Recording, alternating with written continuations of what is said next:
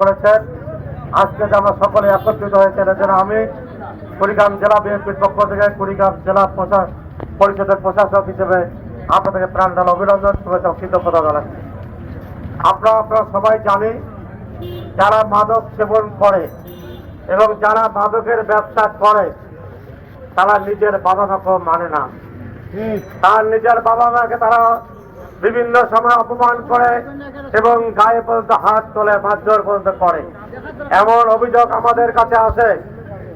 যারা মাদক সেবন করে তাদের বাবা মা রাতের কান্না আমাদেরকে শুনতে হয়। এমনি একটি অবস্থায় যারা মাদকের ব্যবসা করে, মাদক সেবন করে, তাদের কোনো দলের পরিচয় নেই, তারা কোনো দলের লোক হতে পারে না। তারা সমাজে ধ্বংসকারী, সমাজকে ধ্বংসকারী। আমরা যে আগামী প্রজন্ম, যে তরুণ সমাজকে নিয়ে বাংলাদেশের স্বপ্ন দেখছি, বাংলাদেশ গড়ার স্বপ্ন দেখছি, এই মাদক থেকে যদি আমরা তরুণ সমাজকে রক্ষা করতে না পারি, আমরা যে বাংলাদেশ স্বপ্ন দেখছি সেই বাংলাদেশ আমরা বাস্তবায়ন করতে পারবো না। আপনারা জানেন, মাদকের বিরুদ্ধে বিএনপি সবসময় ঐক্যবদ্ধ। বিএনপি সবসময় কথা বলেছে। আমাদের দলের চেয়ারম্যান মাননীয় প্রধানমন্ত্রী জনাব তারেক রহমান মাদকের বিরুদ্ধে তিনি যুদ্ধ ঘোষণা করেছেন। সাথী ভাইরা, আপনারা দেখেছেন তিনি মাদকের জন্য গতকালকে সংসদে মাদকের যারা ব্যবসা করবে প্রমাণিত হলে সর্বোচ্চ শাস্তি ফাঁসির আদেশ তিনি কালকে গতকাল সংসদে পাস করেছেন।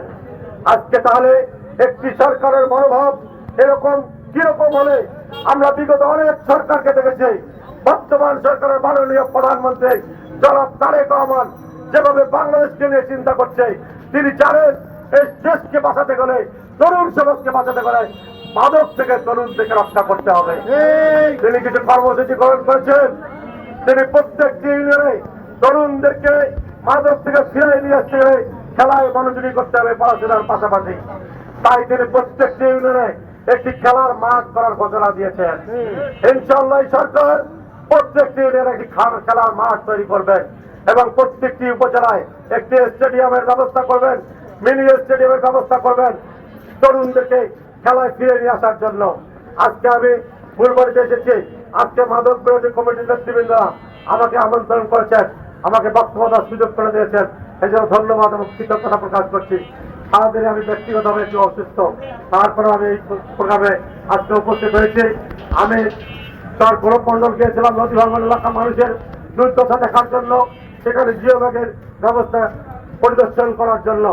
আজকে আমার পক্ষ থেকে ঘোষণা দিচ্ছি, আজকে আপনারা যে সমাবেশ করছেন মাদকের বিরুদ্ধে আপনারা ঐক্যবদ্ধ থাকবেন। কুড়িগ্রাম জেলা বিএনপির পক্ষ থেকে জেলা পরিষদের প্রশাসক হিসেবে সব সময় আমরা আপনাদের পাশে আছি এবং থাকবো ইনশাআল্লাহ।